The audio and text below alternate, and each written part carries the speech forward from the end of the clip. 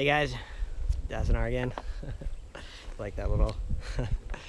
What if I told you guys this was an old logging trail, right? This little patch of just grass that you just can't, you couldn't tell, right? You wouldn't know, right? But it is.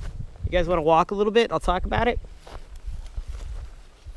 The importance of our past.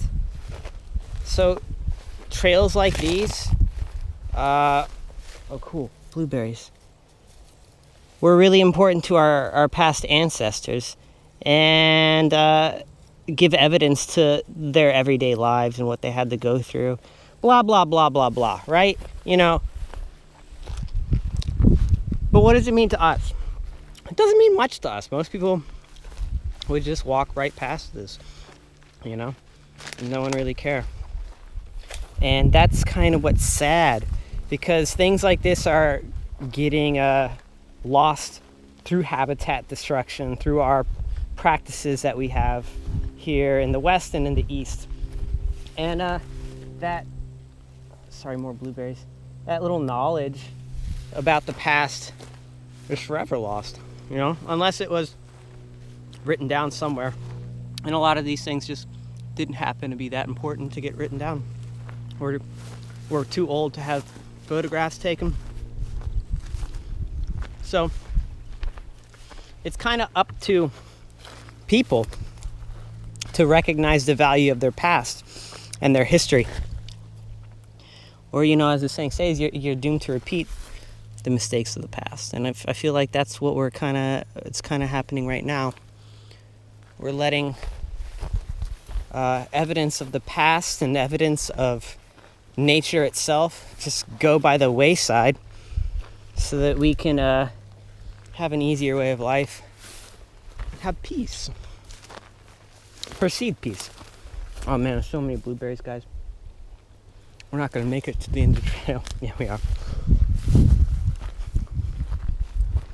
So, perceived peace. There's no actual peace. We just have governments in control with power systems in place, and the corporations that kind of allow them to exist. In most of the world, at least. Could be the other way around, like China. But these entities don't really care about ties to the past. In fact, it helps if we all forget our ties to the past, so that they can tell us what's important, so that they can sell us the idea that they want to be sold. You know, whatever that trendy new idea is. You know, a green revolution, everyone with a e-vehicle car, we're gonna save the planet. It's like, whoa, that sounds cool. I mean, I'm an environmentalist. I really love the planet, but how many cars do we have as is? How many batteries would we have to make? Some deer. For all those cars to exist, right? And how much precious metal, more precious metal, do we have to rip from the earth to make this happen? And then, like, when you follow that line of thought, you're like, oh, this is just another consumerism idea to save the planet. That won't work. It won't work. You can't harvest more and more and more resources to try and dig yourself out of this. Like, we have to change our ways, and that's what'll help us kind of see the path out of this, I think. And by covering up our past, or allowing it to cover up, and not, you know, having much of an emphasis on it and going out and exploring our past, you see that we made similar mistakes in the past, and they don't get talked about. We've already completely harvested certain areas in the past and had to watch them recover if they can and regrow. And this area I'm taking you to now, I'll never know what it was like 150 years ago. I just will never know. I know that at least some of these trees, or most of these trees, are the ones that were here. But I also know that some of these trees that have grown pretty big inside this little swamp up ahead are invasive. They're not natural to this area. So, you know, what does that mean to the ecosystem? What was lost? What was now newly invasive and can survive because of these other invasive systems that have been brought into this intact system? just everything that's lost, right? And that's, I guess, the emphasis on this video, losing that past information and never having it retrieved, like into a black hole. Let's go over here. We're almost here, guys. Almost made it. Once you get like back here, it's kind of confusing. This used to be an old logging trail. They would use this to haul out all their harvested lumber from back here. See, this is very invasive. Red maple. Oh, that is thick.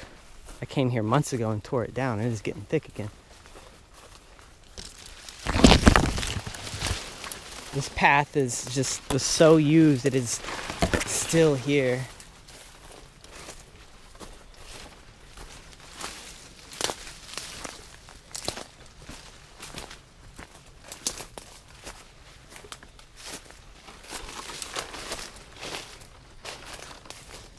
Right on through here.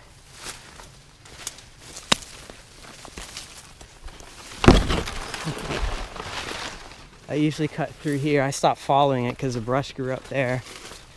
Cut into here. Really wanted to show you guys this before end of the video. Pretty much done talking about it. You know, we can't get back what we lose. You really can't.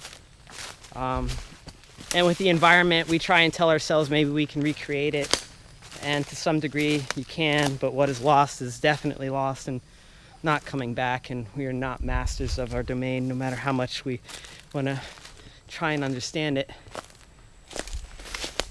So we would ultimately fail at our current understanding and skill. This is the Ekanlakatche floodplain, and once upon a time it would have been littered with trees, probably twice, 3 times this size. Now these are 100-year-old bald cypress growing up, with a few of the ancient ones still surviving that are a couple 100 years old. But most of the 1,000-year-old cypress that were back here were lost. And we'll never, well, it's possible they can return. But that pristine ecosystem that was just naturally doing its thing had disturbances, and now has future disturbances, such as the cypress, or not the cypress, but the redwood, maple, and other hardwoods in here that are just not necessarily native. Certain grasses that are not native. Just, you know, I guess that is life, transformation and loss. But when it's at your fingertips, kind of a different story, especially when it leaves a bitter taste in your mouth.